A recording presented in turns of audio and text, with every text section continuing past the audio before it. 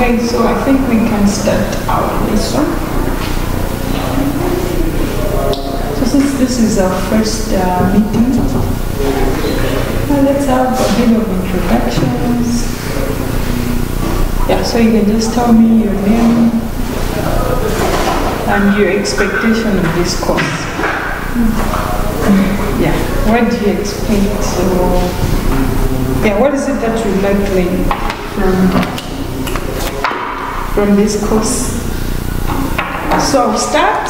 I'm a Gomera.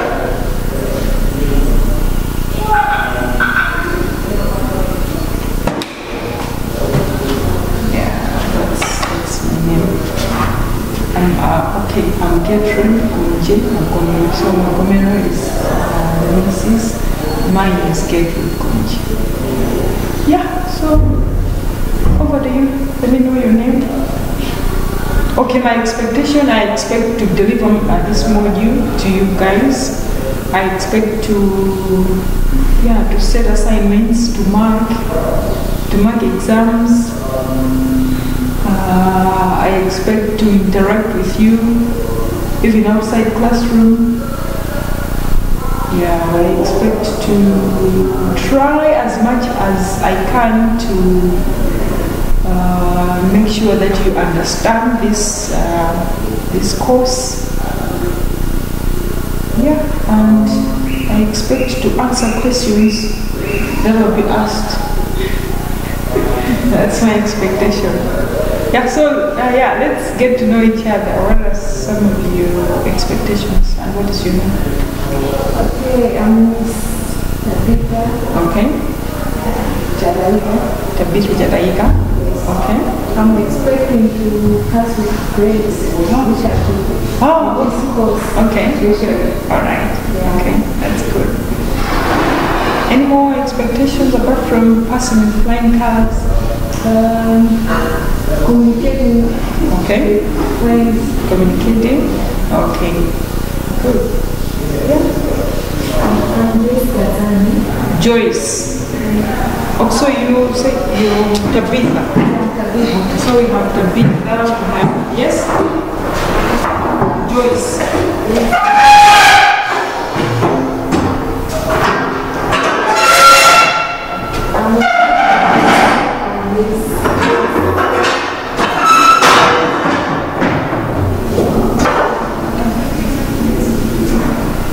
You was a student? Oh, okay.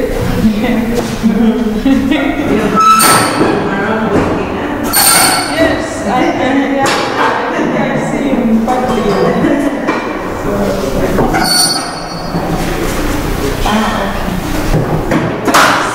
Joyce, what are your expectations? I'm expecting to learn a lot from this course. Okay, you want to learn a lot, get good grades? Okay. What is it that you would like to learn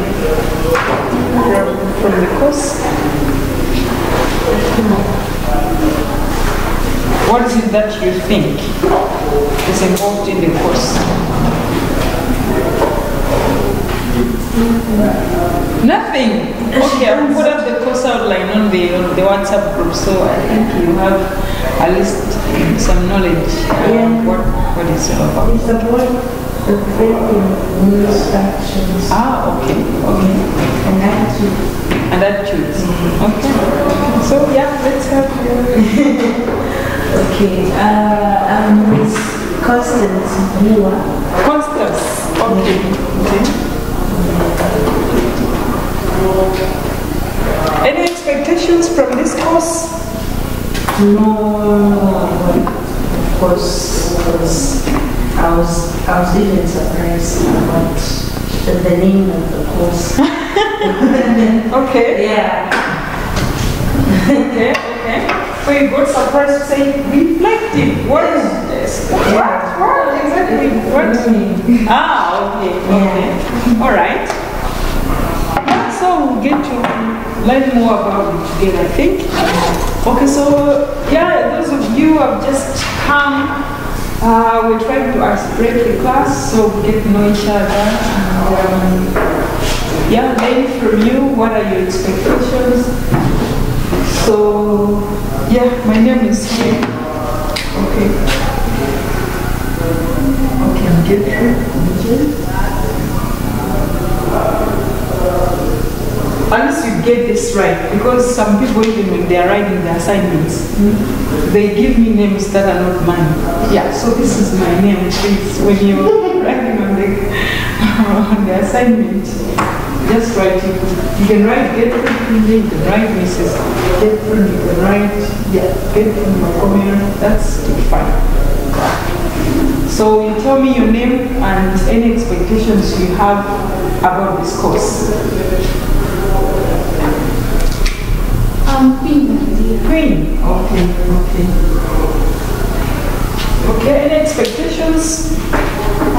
Actually, I'm expecting to boost my reflective practice, more especially when I'll be dealing with clients. I should be able to be knowing and to be interacting with them through taking their way back experiences to the client experience so that I'm able to be solving the problems. Ah, okay. Okay, you mentioned that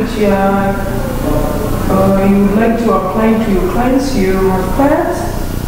Actually, I am an advocate. Okay, okay. Yes, and I deal with different people.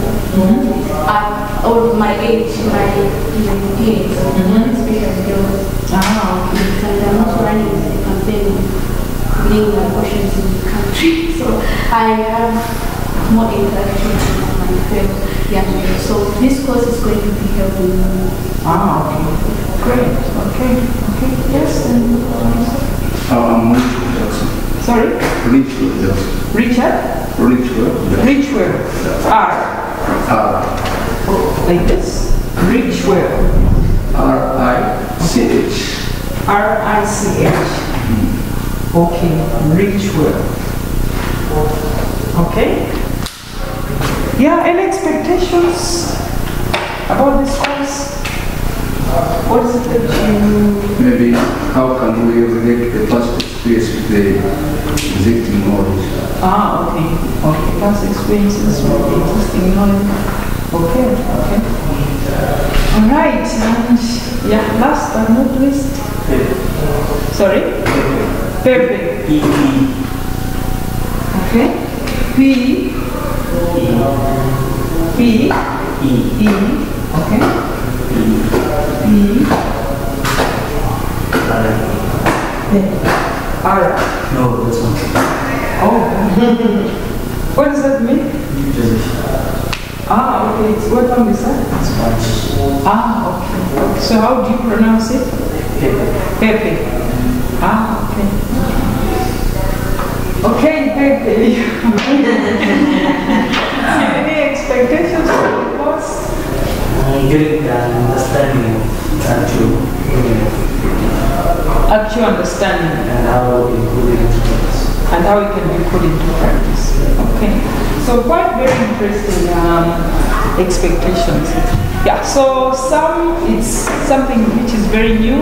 To some, I think they have got knowledge what it is all about. So I assume that all of us are on the group and I've put the course outline there. So I think let's just go through it together. So I assume that all of you are doing social work, or some are doing a different program?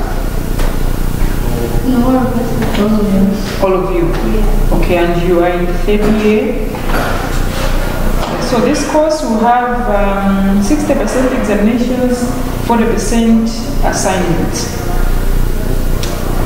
The whole aim of the course is to help students, number one, to begin to understand the process involved. So we have to understand or learn issues to do with processes, how reflecting is done upon practice and the context of practice. So learning how to reflect, like the way we are doing, how we can reflect in our daily life and how we can put it into context so we can contextualize.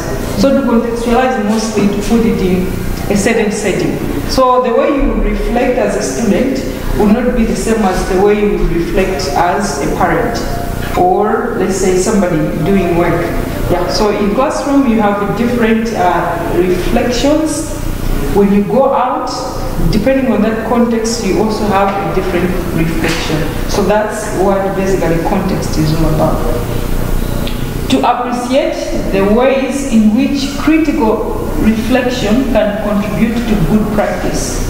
So when we say critical reflection, we are referring to a certain standard or a strategy that you can follow, whether you are in class or let's say you are outside the classroom. There are other strategies or a certain standard that you can follow for you to reflect, so that yes, much as reflection could be personal, but we have a consensus, or to say we have an understanding which is regarded as a gold standard.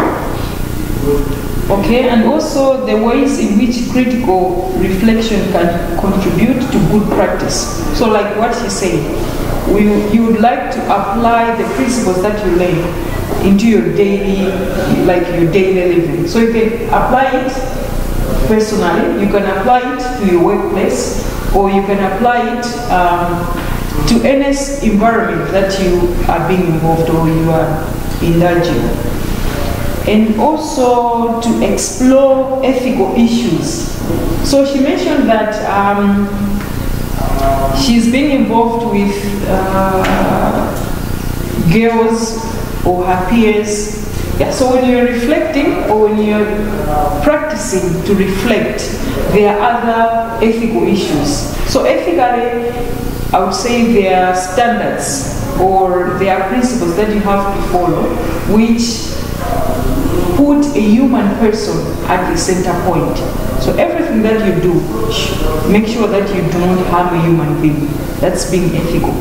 So let's say you want to provide guidance or counseling to someone, but the core centerpiece or the very important thing about that particular counseling is the human being. So you do not have to harm that particular person. That's being ethical. And dilemmas involved in practice. We are human beings. Human beings are prone to, I would say, falling apart, or you fall, you keep up, you move on, like that. Some of the challenges that you can face or that you will encounter when you are reflecting. And it will also consider the relationship between reflective practice and professional development. So reflective practices should not just end here in class, but should also be applicable to your workplace. Because I understand you're being trained as social workers. So what is involved in social work? Assisting the vulnerable, working with, say, children, women, different, or some will even work in a hospital setting. So how do you apply your reflection, your reflective? Because you have to understand that you as a worker, you should reflect. But the client or the patient that you're trying to interact with has also to reflect. So trying to balance these two. That's the whole aim. So I was trying to explain or to bring, to put it in bits, the whole aim, since it's a huge one, but I would say that's basically the goal of this course. So at the end of the day, at the end of the 6 months, you know the strategies, how you can reflect, how you can assist someone to reflect, and the impact, the reflection that you have, it has on that particular person. So you bear in mind your reflection, you also put into consideration the reflection of the others, and how you can relate that into your workplace. Okay. So, since reflection is, I would say it's a personal thing, right? So mostly the lessons or the activities have to be interactive, because we have to learn from each other. I will not just be coming here and be telling you, reflective, you do this, but you will not experience it. At the end of the day, your expectations will not be met, because you have to put yourself into the shoes of that context that we are trying to understand, so you understand it better. And when you're explaining or when you're giving I would say any help to someone, you understand how that person feels. So that's how reflection, or that's how this course is all about. So by the end of this module, you explain the motivation for social work and the key place of self-awareness and reflection. Why did they put reflection in social work as a course or as part of your program? You'll be dealing with different people with different backgrounds. So you have to bear in mind, to understand at the back of your mind as you're practicing as a social worker, you should know that you have to reflect. Why would you reflect? You reflect mostly for the better, or to do better next time. We'll discuss key ideas about the nature of reflection and the relationship between reflection, practice learning, and professional development. This I also explained to say how you relate it to your workplace. You analyze appropriate law boundaries between the personal and the professional, taking into account professional accountability. So much as you're reflecting, your client is also reflecting, but you should also put into mind being accountable, being professional. Critically evaluate current research. What have others, what have they done? What does research say about reflective practices?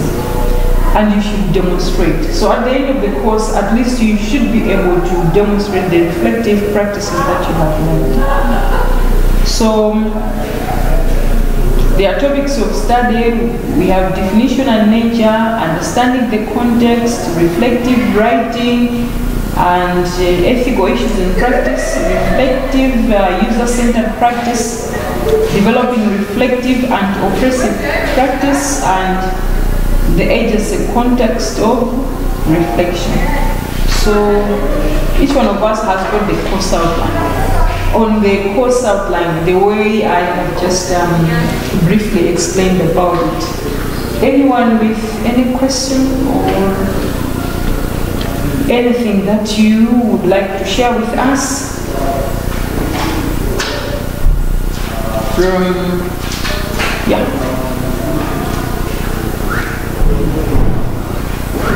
From what we have discussed. Please let me know if I am talking fast.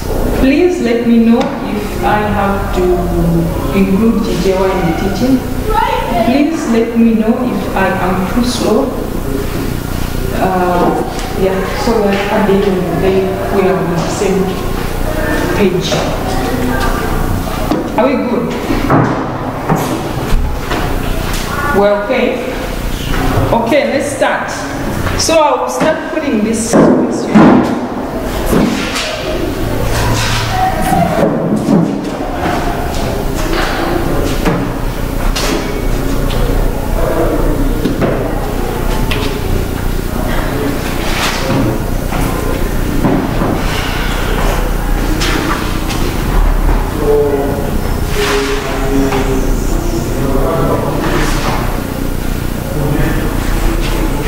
As a university student, what is your biggest challenge?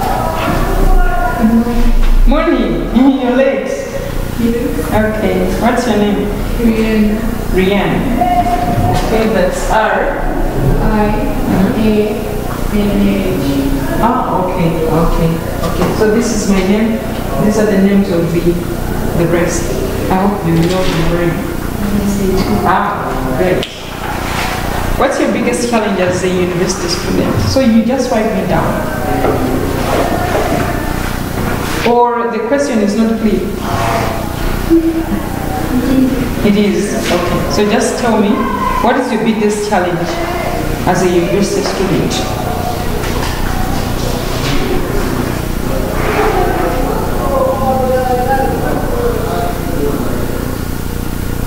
Okay, let me just put it in a short way. So I have these challenges. So I think you just select, this is A, B,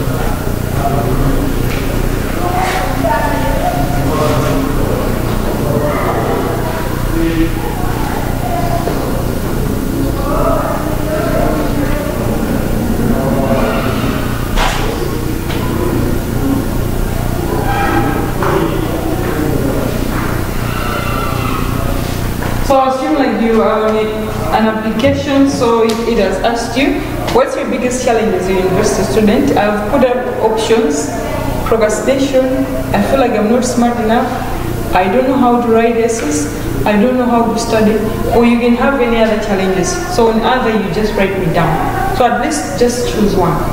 If you choose on other, then just write me the other challenge that you think.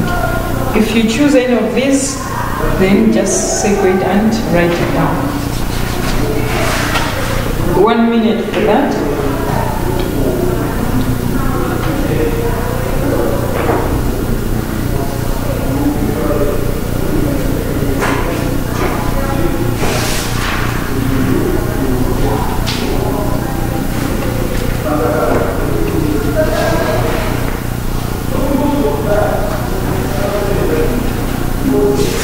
What is your biggest challenge as a university student?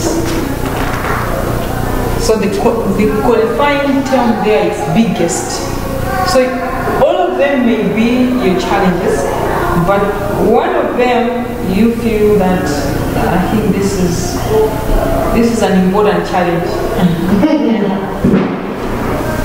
It's more worse than the others.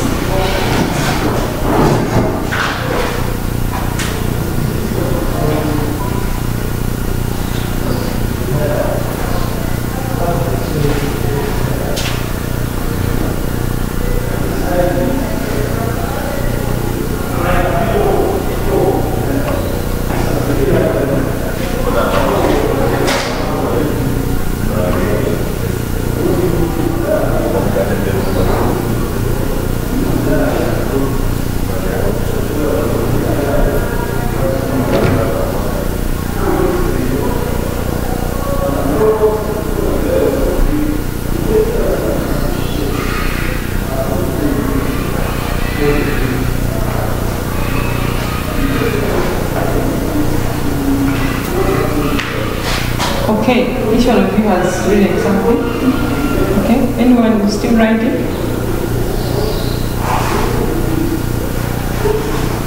Okay.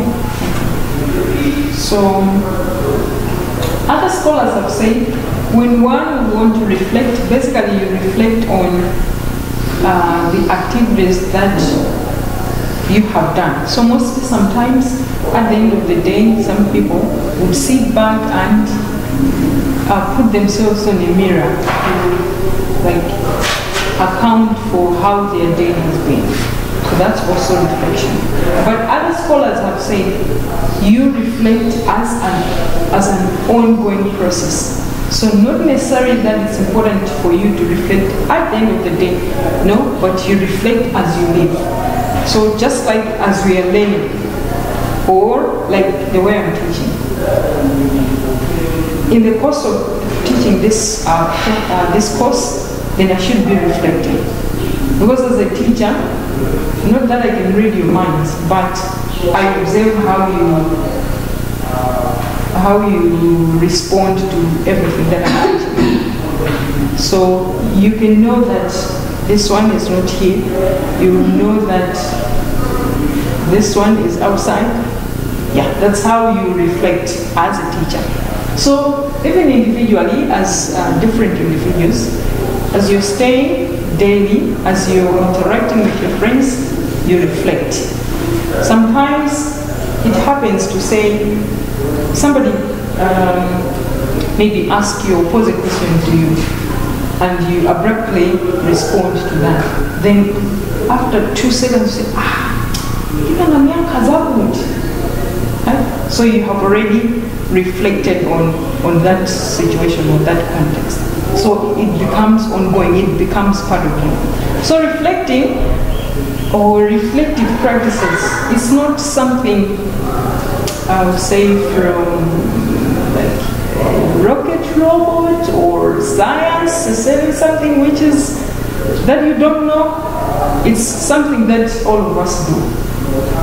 Because let's say you have a colleague or a friend, as you're speaking, you actually decide to say, okay, let me respond in this way. Or in this class, if I pose a question to say, what is reflective practice? you actually decide or you meditate to say, what should I say?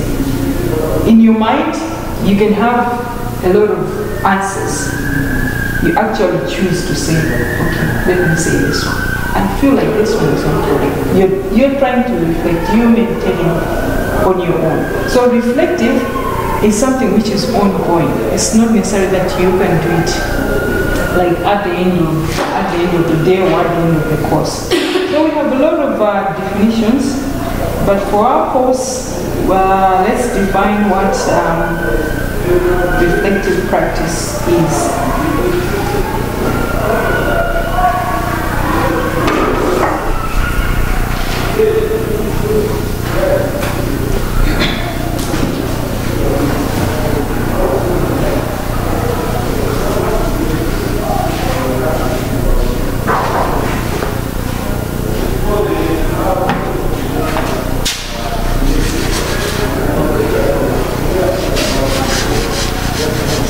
I'll still keep the names, so I should master some of them. I know I'm not good at memorizing all the names, but as time goes, I know I will get to know all of them. So to reflect,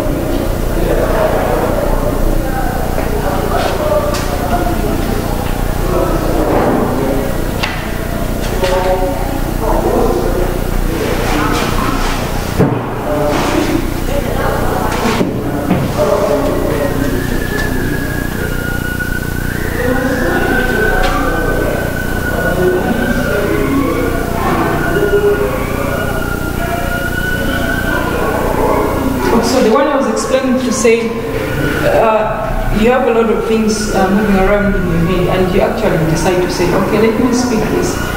This time, let me not speak. That's an act of deep thinking. Or sometimes to reflect. So this one that is done, I would say, at the end of the day, it's like you go in a mirror and you reflect yourself. You are seeing yourself, and you make a conclusion out of that. That's on mirror images. So what is reflective practice? So this definition is by Lucas, but we have a lot of authors that have defined what reflective practice is. As you can see, it's old, 1991. Some of you,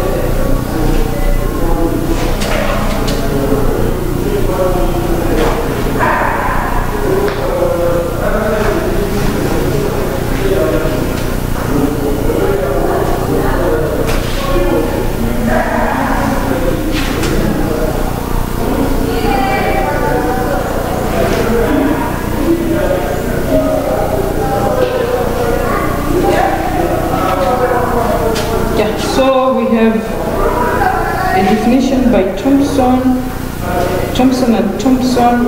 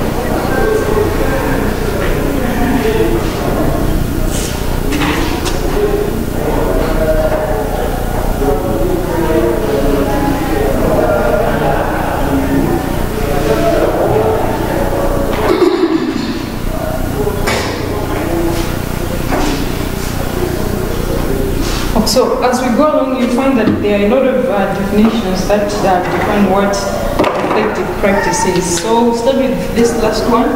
Is the process of thinking about and analyzing your practice. Why do you do that? With the aim of challenging, changing, modifying, developing, and improving.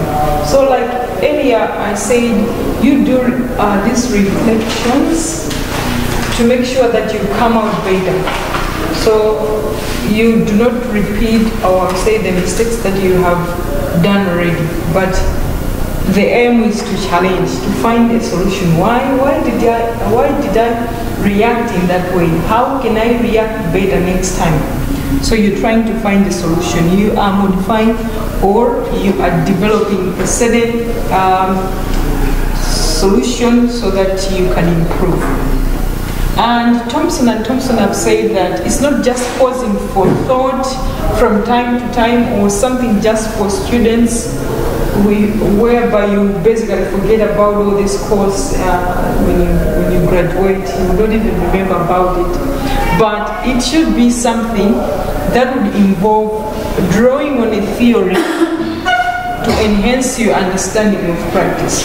So as a social worker, it should be part of you each and every day.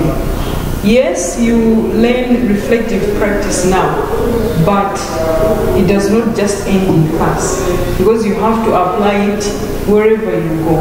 Some you would work, let's say, under an NGO, some would work in a hospital setting, some would not even work, they would start their own business.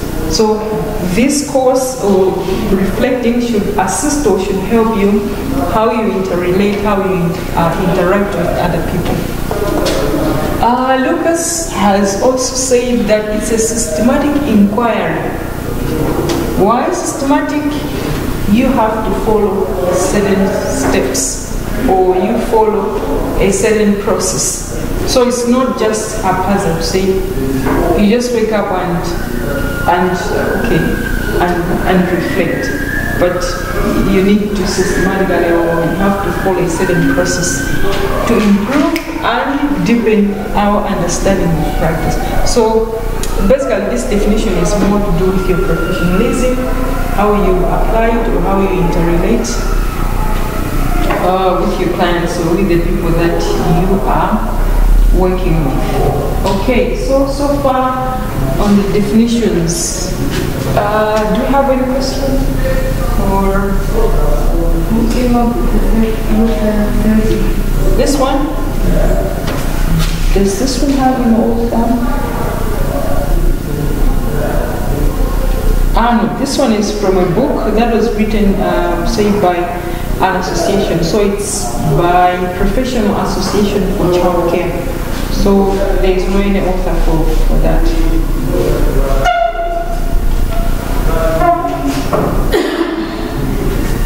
Okay, so if there's no other question, then we can move on to look at a cycle or a continuous cycle of reflection and improvement.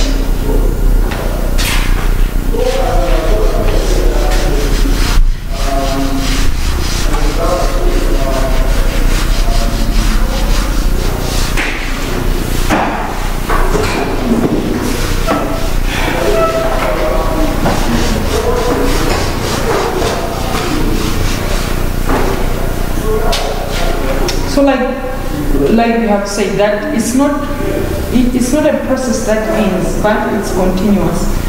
So number one, you reflect on and analyze practice. So you reflect on a certain scenario, or you reflect on yourself, or you reflect on exactly what you're doing, and you analyze. So to analyze,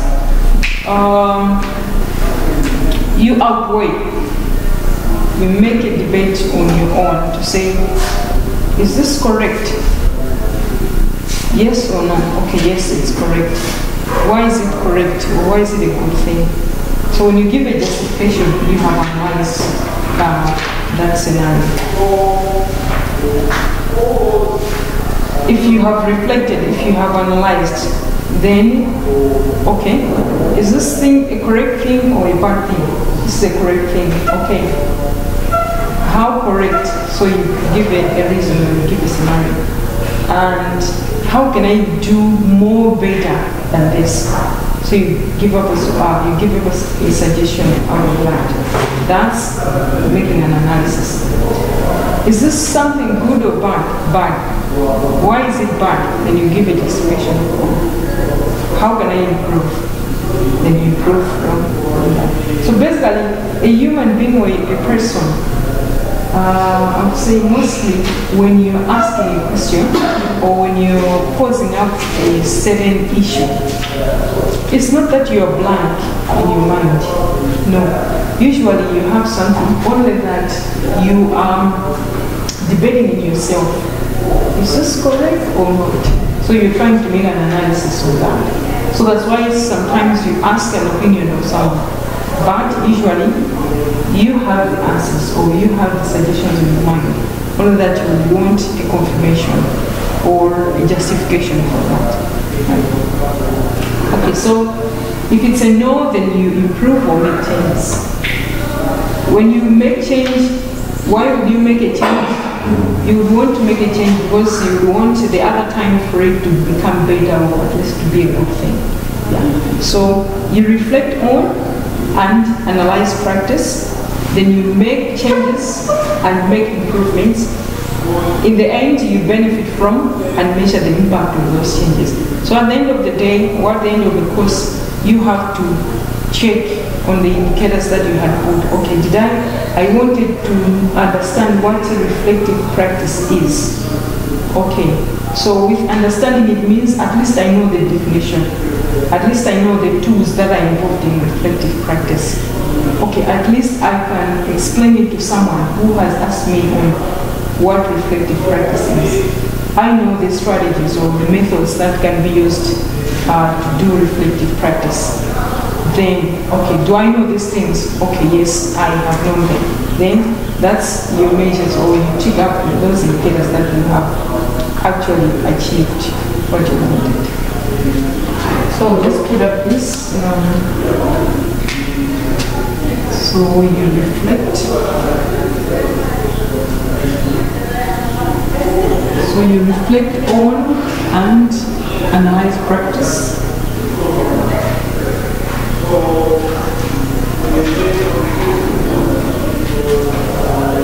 Then you make changes.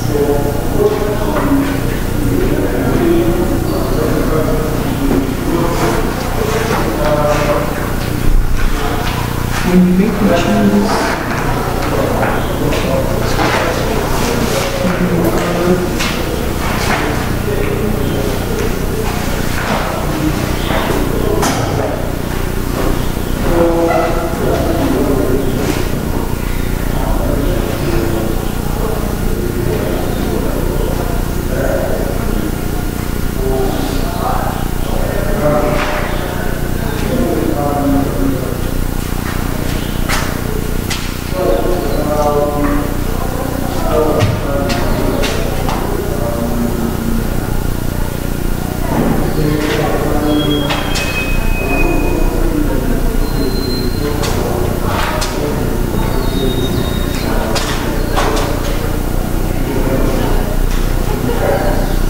So like that's a cycle for reflective or reflection and improvement.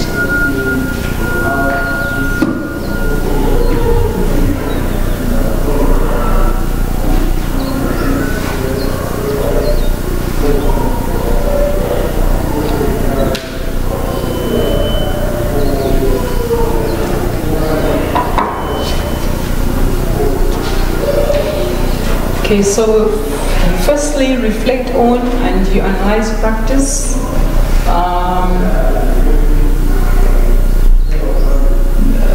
You make justification, you bring up reasons, then you have to make changes wherever necessary. Sometimes it's not even important for you to make a change because after you have reflected, that's your opinion. You say, okay, this is something which is okay. Then you do not make change. At least you just, I'll say, spice it up for it to be better the next time. So instead of making a change, you can just improve.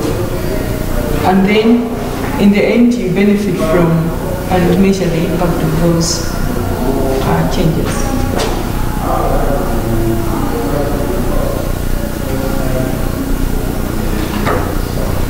Okay, so far, are we together?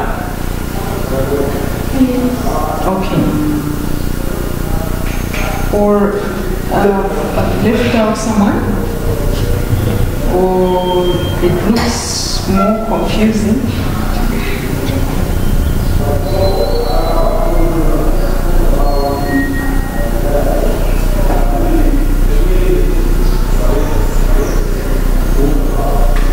Okay, at the pace we have taken, is it a good pace or am I too fast?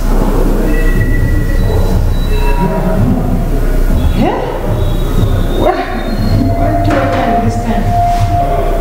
Oh, in the previous class I had someone but do we have some here?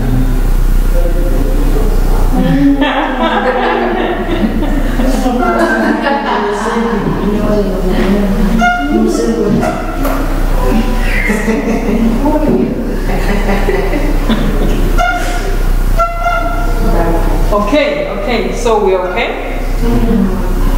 Why do you think it's important for an individual to reflect? Let's have some ideas. Why do you think it's even necessary to be bothered, to be reflecting anyway? It brings about change. Sorry? It brings about change. Okay, if you're trying to bring change, so why is it important to reflect? Because okay? You find the cause of the problem. Okay? To bring change. Okay? And then you what? You find the cause of the problem, so you know how to avoid it. Okay. So you're trying to bring change. It could be in your life. It could be change in your workplace, in any setting, or in the context that you're in, by trying to analyze or knowing what the cause. So you know that cause could bring an effect or any impact. Okay, so you can avoid. Okay, what are the reasons? Why is it important to reflect? Why is reflection necessary? Decision making. Okay. What about decision making?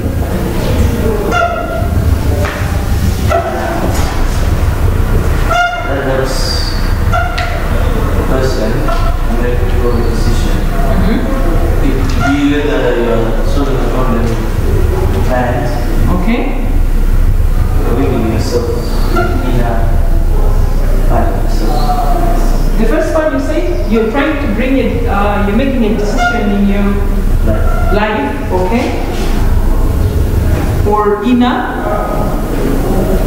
as the soul of the mind. Okay.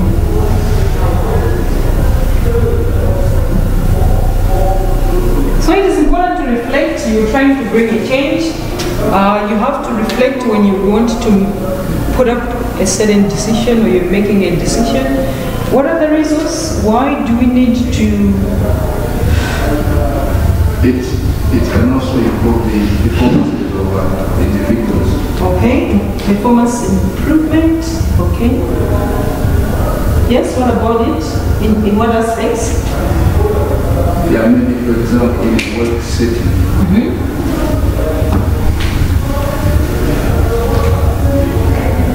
So performance improvement, let's say in the work setting,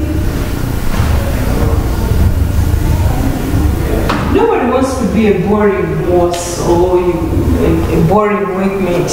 I mean, you can learn to say, okay, today I was cracking a joke to the boss. The boss didn't seem happy about it, right? So next time you're not bothered cracking a joke. Right? Maybe the boss would want you to go there with a certain problem. These problems that we are facing. I was reading a certain book and somewhere I quote says, "Oh, okay, I'm so excited about it." Say, "Oh, so the boss wants me to be reading." So I bring up solution.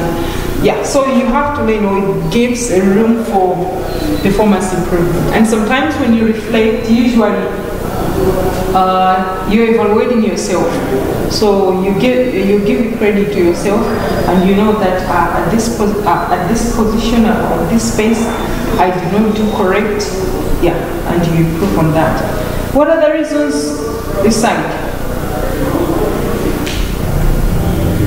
Let's have why is it important to reflect?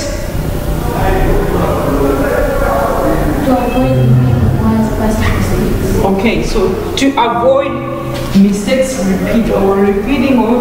But that's what I just said. Where? In the first point, I said to avoid the problem from happening again.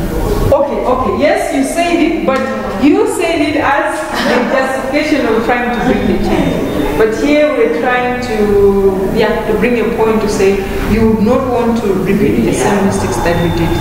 My understanding, I feel like this is a justification of bringing change, but the mistakes does not mean that change will always be there. Sometimes change cannot be there, so we can as well adapt to avoid.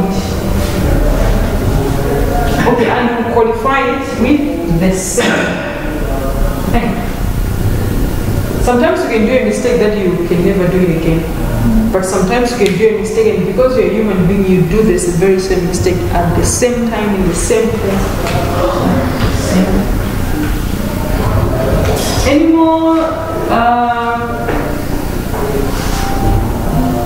Any more reasons? To know the cause of the mistake. Okay, to know the cause of the present. So if you're trying to dig deep to understand or to reflect critically into the issue. Okay, so we can add on to say reflection helps, or reflection provides a space for deep thinking. Of course, I've seen Timameme Manena the way women jump into a conclusion. When a certain pig trying to jump into a well, so mostly people claim women think too much, in terms of maybe relationship or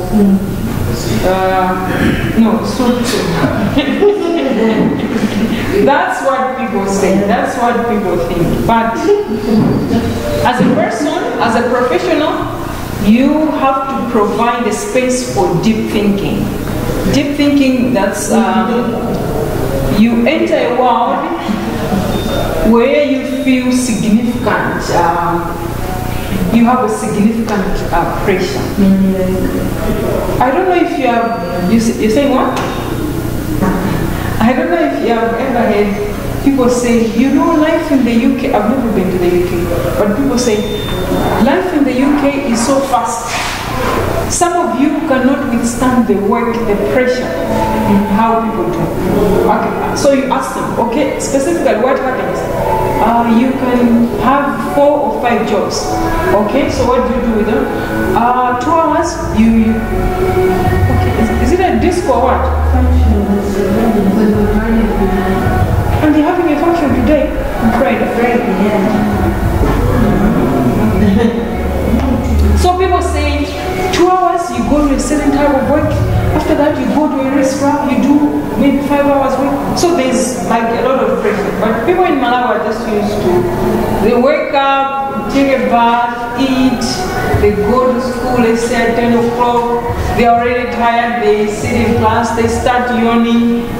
So people say you do not have, you cannot manage that pressure. So when you're having a space for deep thinking, it gives you like a significant platform to attain this pressure. Because for one to manage all these kinds of work that I'm saying, you really have to be, I'm saying, your mind has to be right. Okay? Because it's like you have 4 or 5 masters. So you go to a certain work, you have to do a certain different work, so you should concentrate on what is required here. After 2 hours or 3 hours, you go to another different type of work, you should also concentrate on that. It's just the same as what students do. 8 to 10, I teach you about reflective practices. 10 to 12, you learn about environmental ethical issues. 12 to 1, you learn about, so you have that space for deep thinking. At the end of the day, let's say you have learned 4 courses, so you're trying to reflect, right? What did I learn in the morning? Okay, they were giving definitions, they gave up a cycle, they were giving importances, we discussed about such. Then, after that, you also consider what you have done. So it provides you a space for deep thinking. And that makes your brain sharp, or helps your brain to critically think. Because you don't just leave it blank or down. Amongst us, we see other people, they just wake up and go about. They do not have that space to think deep of like the issues around, or issues surround them, or issues to do with their life. All they do, they go about and combine something like that. So reflective gives or provides a space for deep thinking. Okay, where do we write? So this is 1, this is 2, this is 3, 4, then I will write number 5.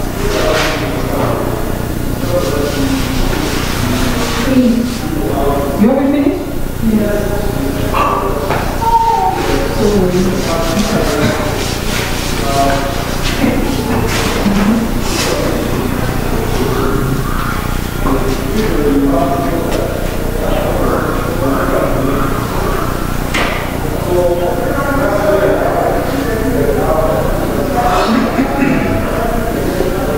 Are you deep thinking with the yawning?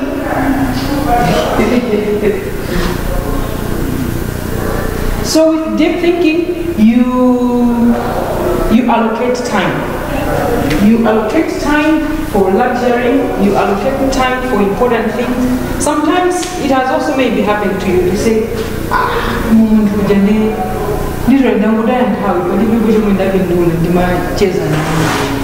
right? So as you're reflecting, you have to make sense out of that. Was it really important for me to spend like 5 hours on WhatsApp and laughing at my meme and everything? So you deep think, you allocate time for luxury and important things. So allocate time to important things and luxury.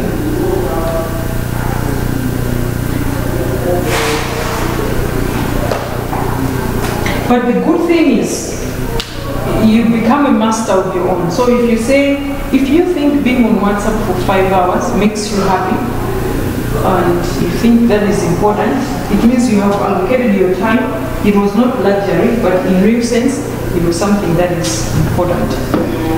So you take time to analyze situations.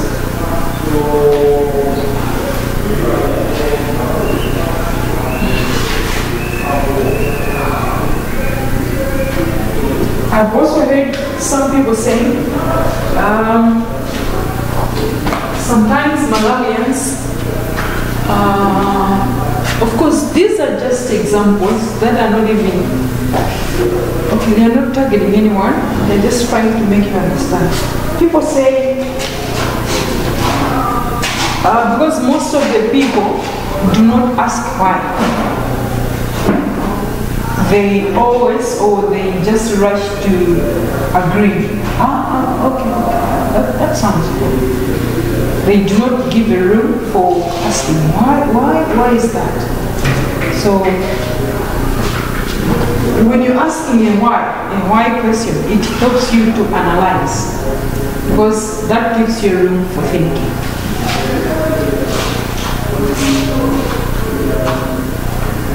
And what do you think happens in the end? Let's say you're explaining a scenario and someone will ask you specifically, why did you react that way? I just did it. Okay? No, there has to be a reason. Honestly, I was feeling awkward, right? That would give you a room for improvement next time, because you have a justification or you have analyzed your situation. In the end, it brings confidence. So, providing a space for deep thinking, what is involved with deep thinking? You are gaining confidence for yourself. Because, sometimes you can just wake up to say, I feel confident, or I feel right about what I want to do. It's just like the way you feel confident when you're going into an exam. When you're going into an exam, you're confident about the exam because you are sure that you attended all the lessons, you have done all the assignments well, and you feel confident about writing the exams. So it will give you space for deep thinking. As it's also giving you space, you can allocate time to important things. So you know, this is important, let me do this. This is not important, because you have meditated. And you take time to analyze situations. Was this really important for me to do or not? Number 6, okay, here, any questions or somewhere where someone is not clear? Okay. The other reason is to evaluating and developing practice. 5, 6, evaluating and developing practice.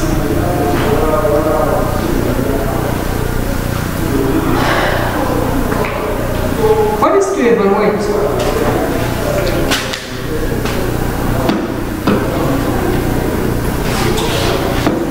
What is to evaluate?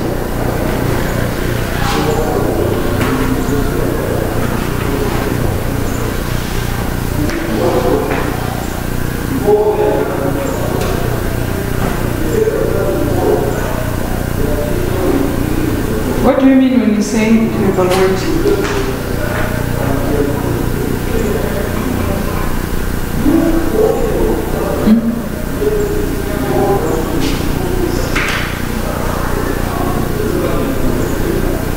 But you know what that means. Evaluating.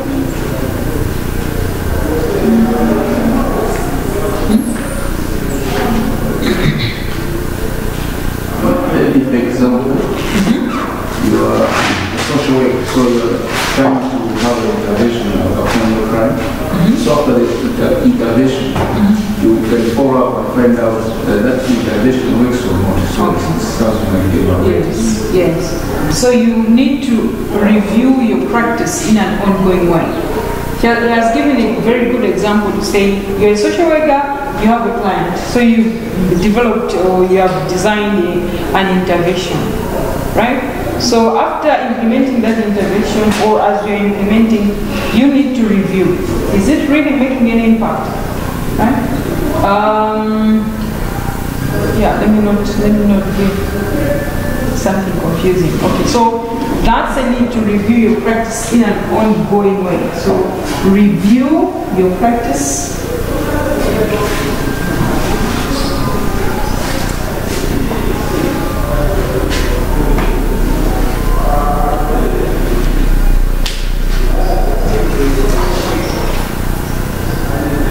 So you're reviewing your practice to make sure that you keep yourself updated or to update your knowledge.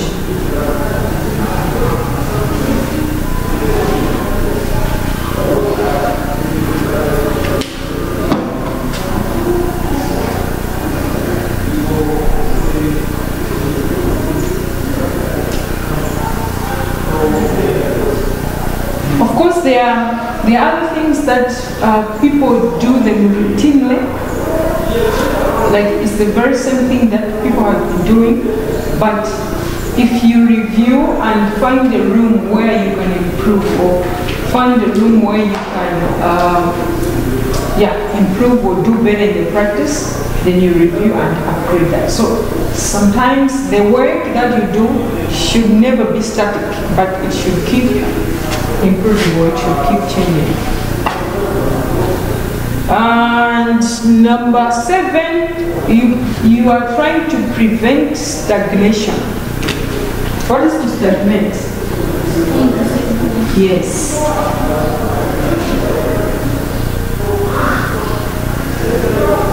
You are avoiding saying the very same things since I don't know, but you have to be a vibrant social worker, someone that you are meeting the needs of your client. So when you gain experience, it is important that you ensure that you do not stagnate. So I have learned over time that everything that we do is related in one way or the other. It only takes somebody's sharp eye to notice that. You notice that being a social worker is directly related with maybe medicine, right? But what other courses are you learning apart from reflective practice? Oh, we have that other community nutrition, and yes, you find that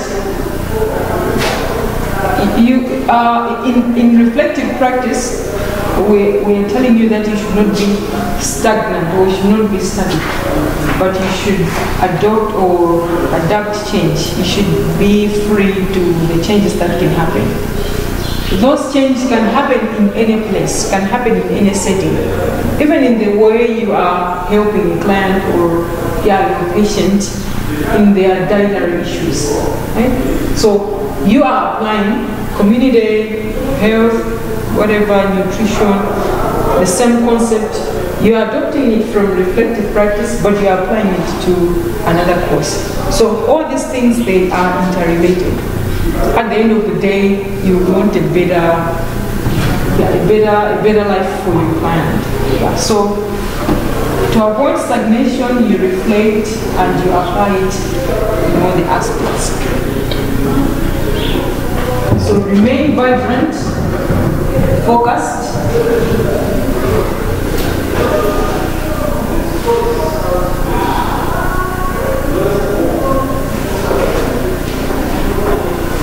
and meet the needs of the client.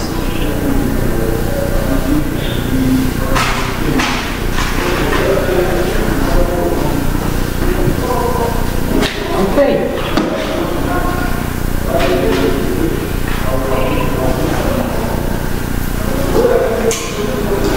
So with avoiding stagnation, there is this author.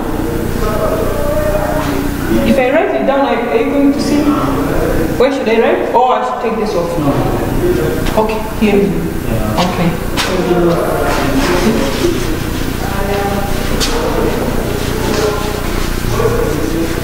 So this is under prevent stagnation. So there's an author called Jones.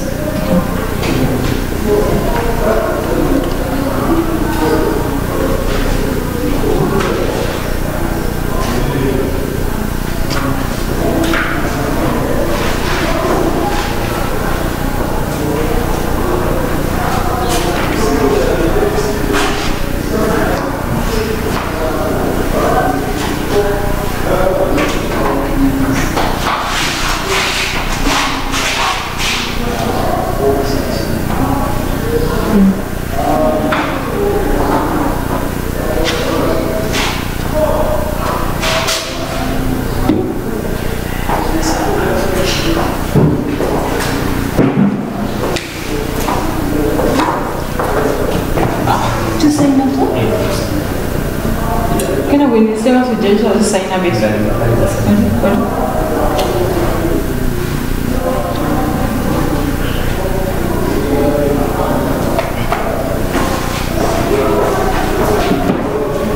okay, John said that with preventing stagnation,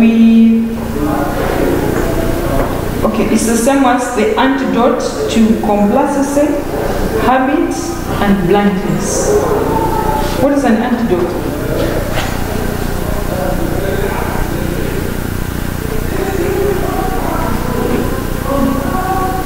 Okay, people are... It's like you need something like you're taking something so it's used to neutralize. Okay. A neutralizing or more or less of the medicine. What is complacence? Let's Google, please. Complacence. What is it? Yeah, this term, complacence.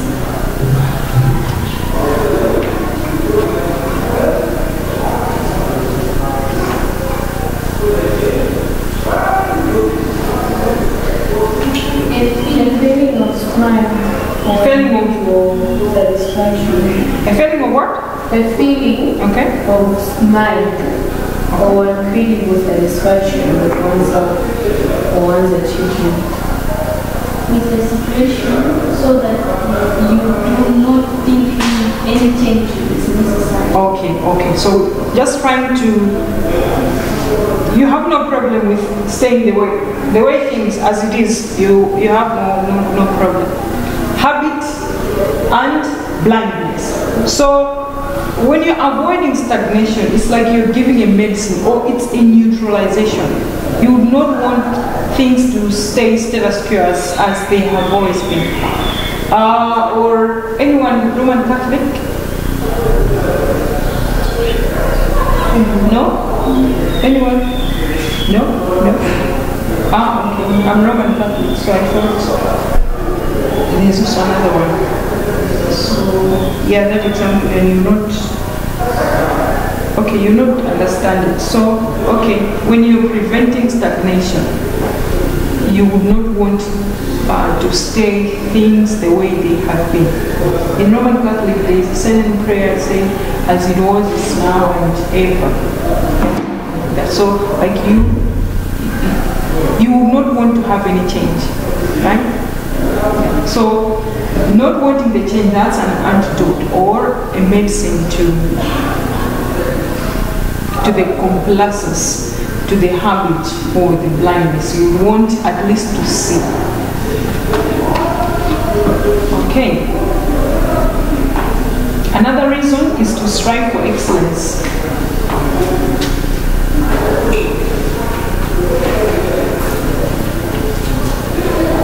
You would agree with me that the way things were in the 1990s, when we had a bigger computer, size of this room, and now where computers have been just designed to be just in the size of your palm, things are way bigger, right? Imagine if this was a computer, so you needed to write an assignment, so all of you, I don't know how they were sitting, so maybe you would sat outside the gate and you would have been typing on this building. So you're trying to strive for excellence, that's why you need to reflect. If people never reflected, they wouldn't have realized that the big computers were boring or they were not manageable. They were they were not as modern as we have now. So with striving for excellence, you're striving for competence,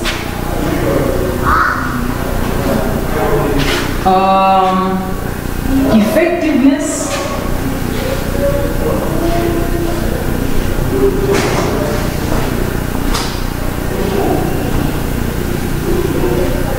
Who is a competent social worker? How would you become a competent social worker? Yes, being accountable. That's being competent. Effective. Who is an effective social worker? It could be more more reliable. and who is able to present time. Yeah. Okay, so with to time, that's about efficient. So being effective, yes, you have to be time conscious, but you are meeting the needs of your client. Yeah. So you're confident, you're accountable what you're doing, or the activities that you are required to do, and at the same time you should be effective. Being effective, you are delivering what is supposed to be delivered. So you're meeting the needs of your client. Another reason is to making practice creative. So we can actually have an assignment on these reasons. There are several reasons and you should be able to explain more than 5. Making practice creative.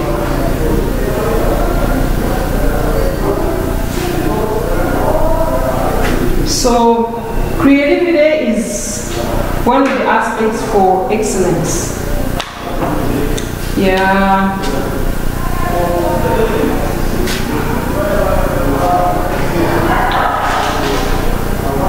So you have creative thoughts.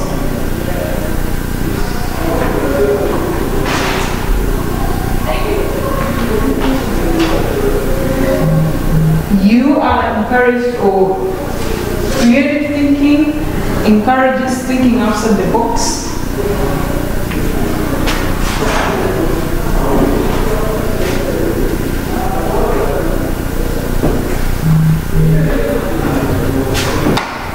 You become innovative.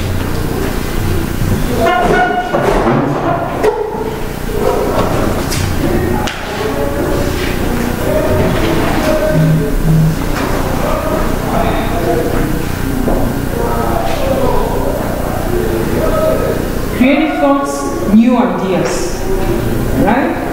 So you always create a room to think of something new. How can we make this more interesting, right? Let's say you are taking care of a cancer patient. Mostly with cancer, it's in stages.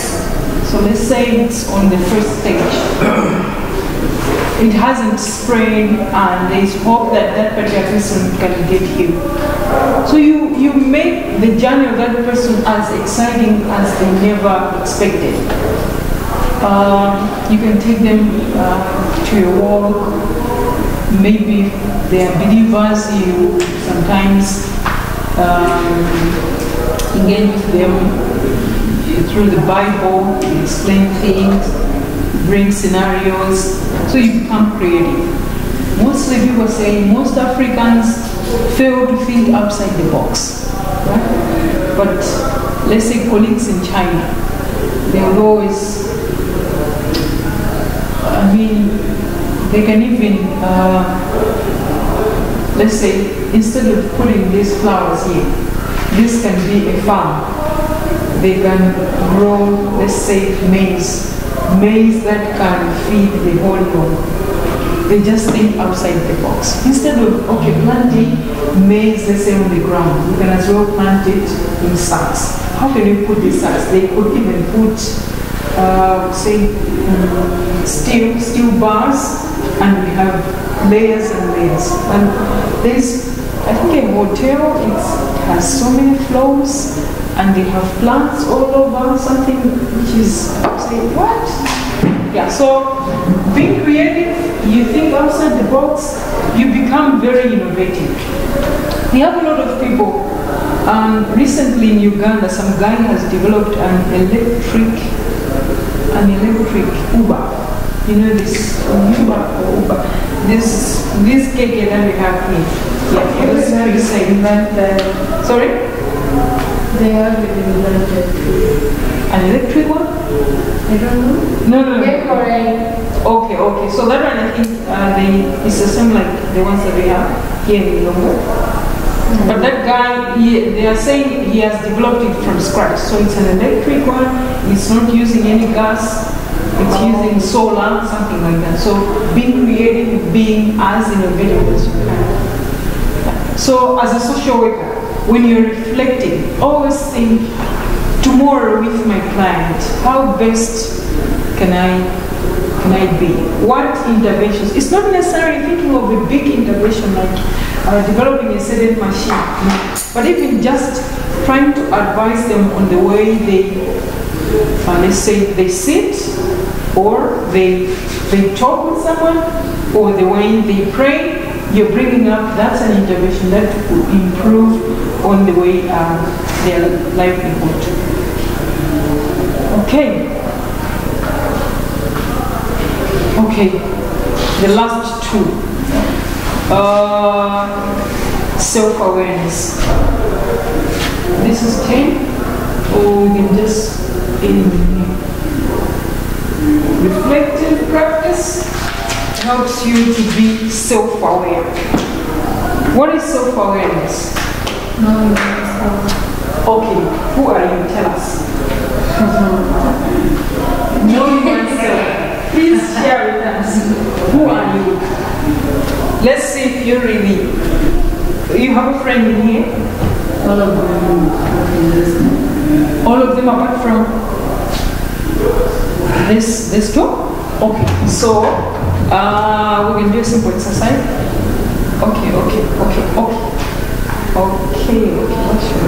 Okay. You say this one knows, she knows you, right? Okay.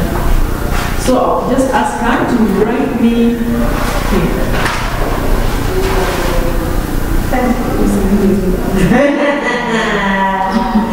The word, those are Just write it. But you tell me what you think you are. Who are you?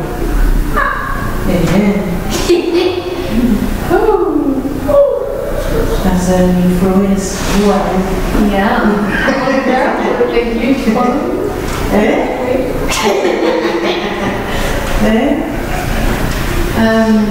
I'm a student. We all know you're a student. Tell us who you are. I'm a person that doesn't get mad. You just what? Get mad. Oh, you do not get mad. Free person? Okay. No. I know they are agreeing to what you are. Yes. One, I don't get mad. Okay.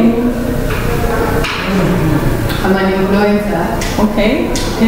So I'm trying to find someone who wins people outside. Okay. 3, confident. Okay. Like, I'm a person who doesn't like expressing their feelings. Okay. When I'm sad, you can't know. Okay. Yeah. However, oh, but she also know. Oh, he also. All of 1, 2, 3, 4. Okay. So yeah, you think? Okay. No, I didn't.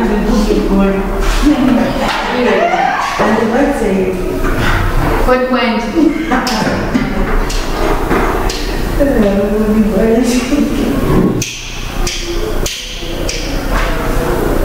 So you write it and you tell me I'll come to read it. Okay, so she's an influencer, she's confident.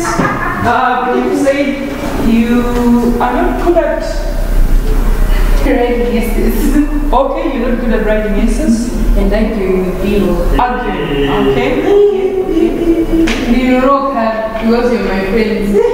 But then, real problems. No, I'm way bad. Okay, so someone who is self-aware, she knows she's confident, she knows she influences people. She is good at, okay, she's not good at making arguments. Okay.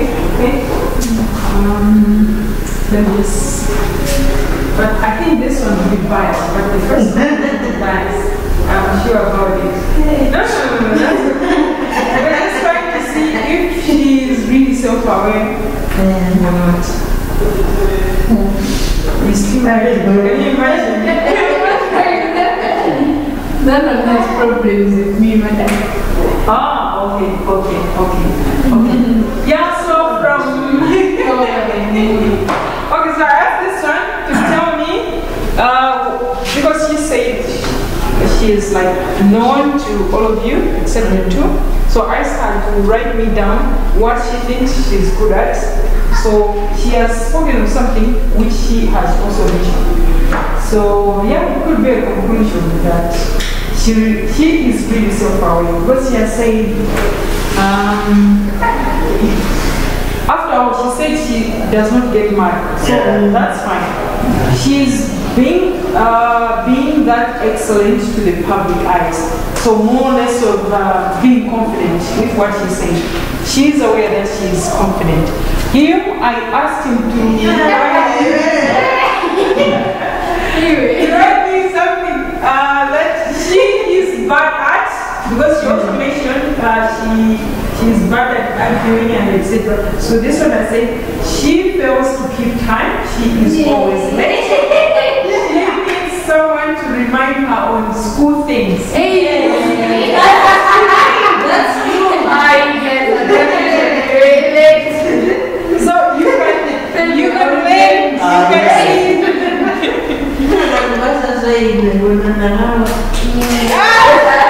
Okay, so as you can see, self-awareness is not an easy thing. You really need to put on more reflection about yourself. And mostly, you learn these things from friends, like the way she said. She knows that, I think the way she do her things, she's confident. So, someone who is reflecting should be ready for that. For you to be self-aware when somebody say, you are a harsh person.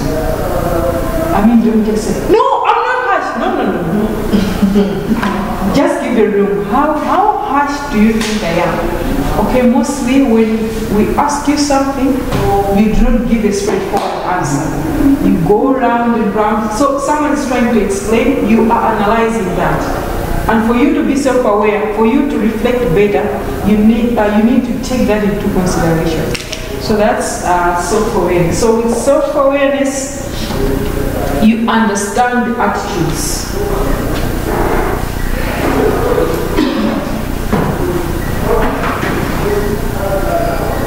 Could be positive attitude, negative attitude.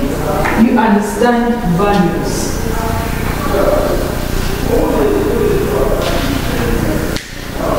I mean, the other people, they do not, let's say, eat pork.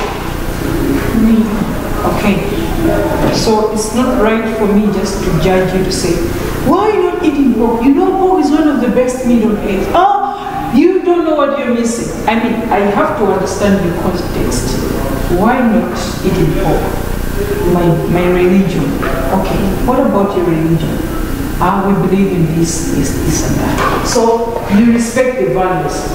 And that does not mean that we should be enemies because you do not eat pork. No.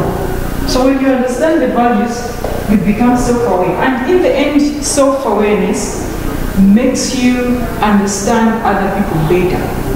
Because if he has said that she is always late, she was laughing, but I mean, all of us,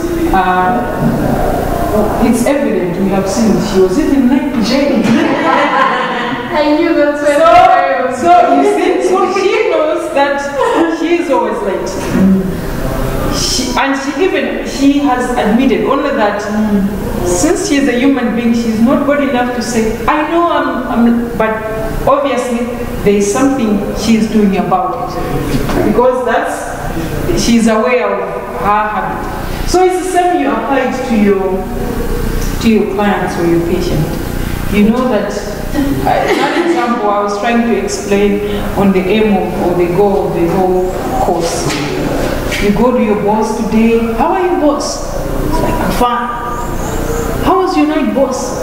He's quiet. Okay. The boss does not want to be questioned about how his night was. So you learn how other people interact. you even become aware of others.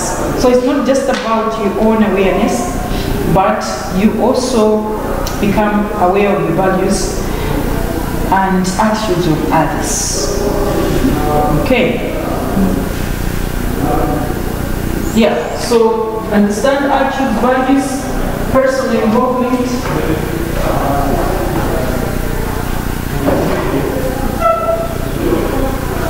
With awareness, when she says she's confident, in this class, let's say there's an activity that would require a confident person, she would know that I can pop into that. She would know that I think from here, no, I cannot go beyond this. So when you're self-aware, you at least understand your personal involvement. The other things as a person, you cannot get involved into. It's way beyond your imagination. And they've given an example to say, as a social worker, let's say your client would want physical exercises. And you would say, you know, when I was at uni, I used to do sports. I was good at basketball. I'll help you. I mean, you're not a physiotherapist. What is the best solution, or what is the best thing to do in that case? You refer that person to a physiotherapist, someone who is better at that. So being self-aware, you understand this thing is not in my part, or I do not understand it well. You have that audacity to refer that particular person to somewhere where you are sure will get help. Okay. I mean, the last two I'll just mention. Self-awareness is number 10. Number 11 is being slow to make assumptions. So each day, our brains process a lot of billions of messages for us to function. And assumptions are better one of them. Slow to make assumptions. So as human beings, we do things, we make all these decisions or all these messages, they are just effective in our brain, but they help us to learn or to put similar things together. So sometimes the very little things make an impact or have a reason. But because oftentimes we just assume, like she was late. I mean, if I was interested, I could have asked what made her late, then I would have learned from that. But I could have just made a conclusion to say she's late because she's just like that, she just wants to be late. But maybe today was an exceptional day. Maybe, I mean, there was traffic, something. No, I'm just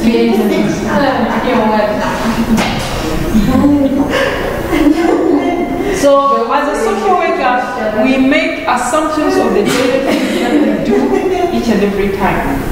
Sometimes they are in the right path, sometimes they are not. So, when you are a reflective person, you do not jump into these conclusions. You do not jump into these assumptions. I mean, you are already aware of yourself, you are aware of your client. It helps you to get a deeper examination of issues. So you do not jump into a conclusion, but mostly you ask vital questions. How best do you think we can move on? Or what can this, how can I help? What is it something that I can do to make you feel better or make you be a better person in the next, and so on and so forth. So you're doing all that, avoiding assumptions, avoiding judgments, avoiding conclusions to promote what is called equality and social justice. Something which is hard, but at least you know you're practicing. Because to promote equality, already some are men, some are women. We are already not equal. In the eyes of the Lord, we understand. And let me not go to it. But yes, you give opportunities that each, or say, any other client will have access that access. So you're trying to promote equality and social justice for clients. The last one is to provide an aid for supervision. Provide an aid.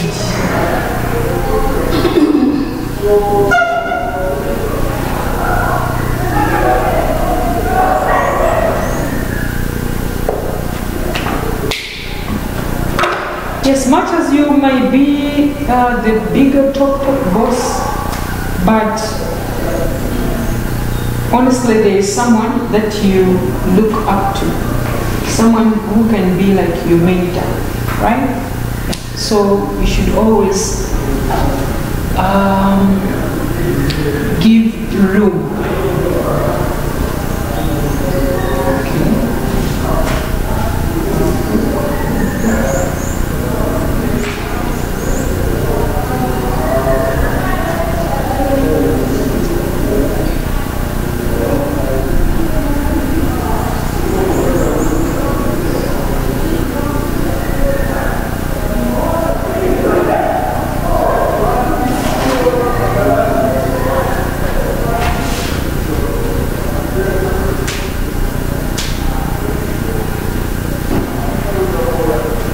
Yeah, providing an aid for supervision. So with reflective, it's inevitable that sometimes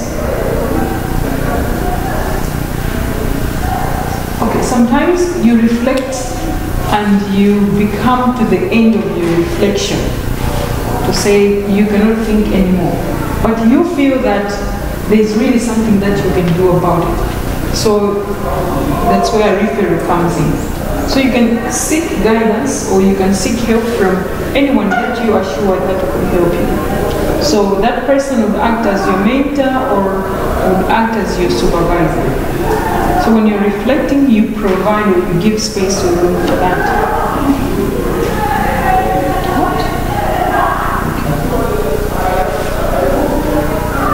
So you offer a confidential and supportive environment. Sometimes, okay, it could be you reflecting or your client reflecting. Sometimes your clients will come in confidence to you and discuss issues. So as a supervisor, as a mentor, that has to be confidential, right? If you go to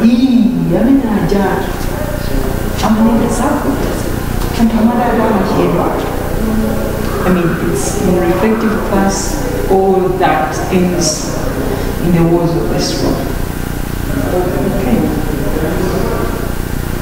And sometimes you have to take into consideration that when you are giving help to someone, maybe you're trying to explain a scenario.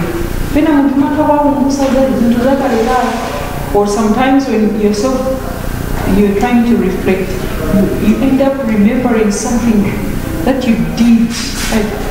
So it becomes a learning process, or it helps you to understand better that situation. So sometimes you may be uncomfortable. I've watched some movies when somebody, let's say, is giving a counseling to a client, they cry, they are reminded of something in the past. Give space for that person to, if they want to cry, they should cry and cry and cry.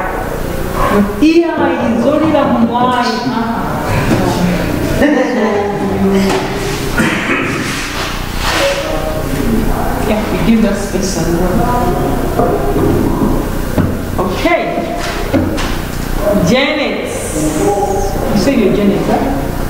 Yeah? Joyce. Oh, at least I was in the right track. I was in the J. I was in the J. Okay, that's about reflective practice. It's quite an interesting course. Needs people to be active. Yeah, learn new things, learn new. Okay, so let's go to our first thing. What did you write? I chose the others. You chose the others, okay? I have tried planning my weekly transport. Planning My weekly transport. weekly transport. Mama. Okay, okay. Okay, let's hear anyone who would also like to share with us. What did you write? I'm not good at writing essays. Or not good at writing essays. Okay? Someone has? Procrastination. Okay? Yes? Writing essays. Essays. And I don't know how to study. Essay study. Transport, procrastination. What did you write? Time management. Time management. Okay. Sorry? Not smart enough. Not smart enough.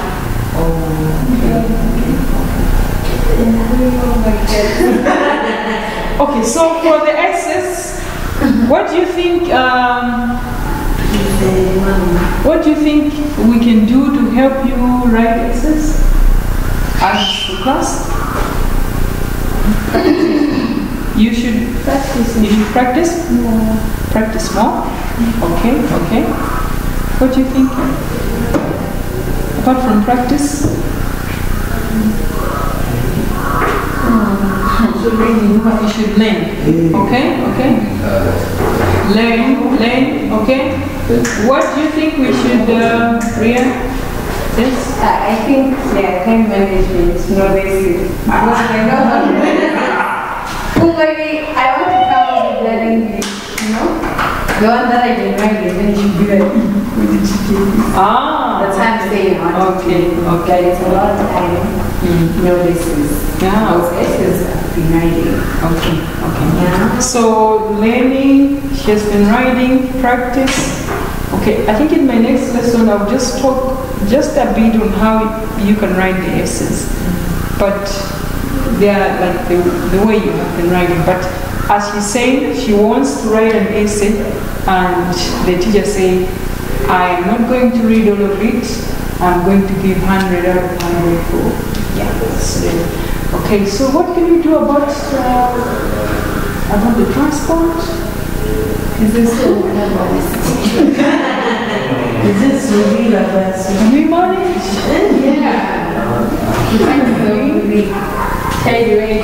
Time management, I think I can just take for other small books on time management and videos. I think you can watch and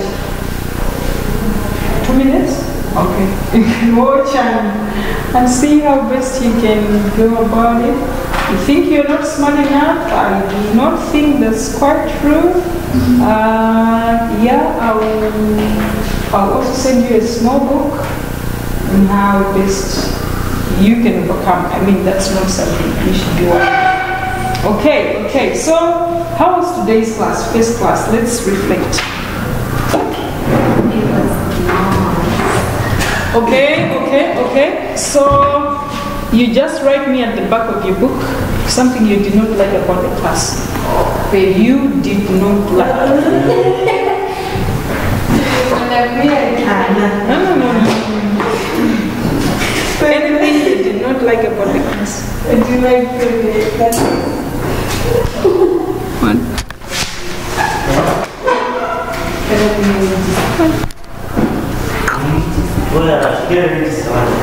Yeah, get it. We should sign. No, when it's in the Okay.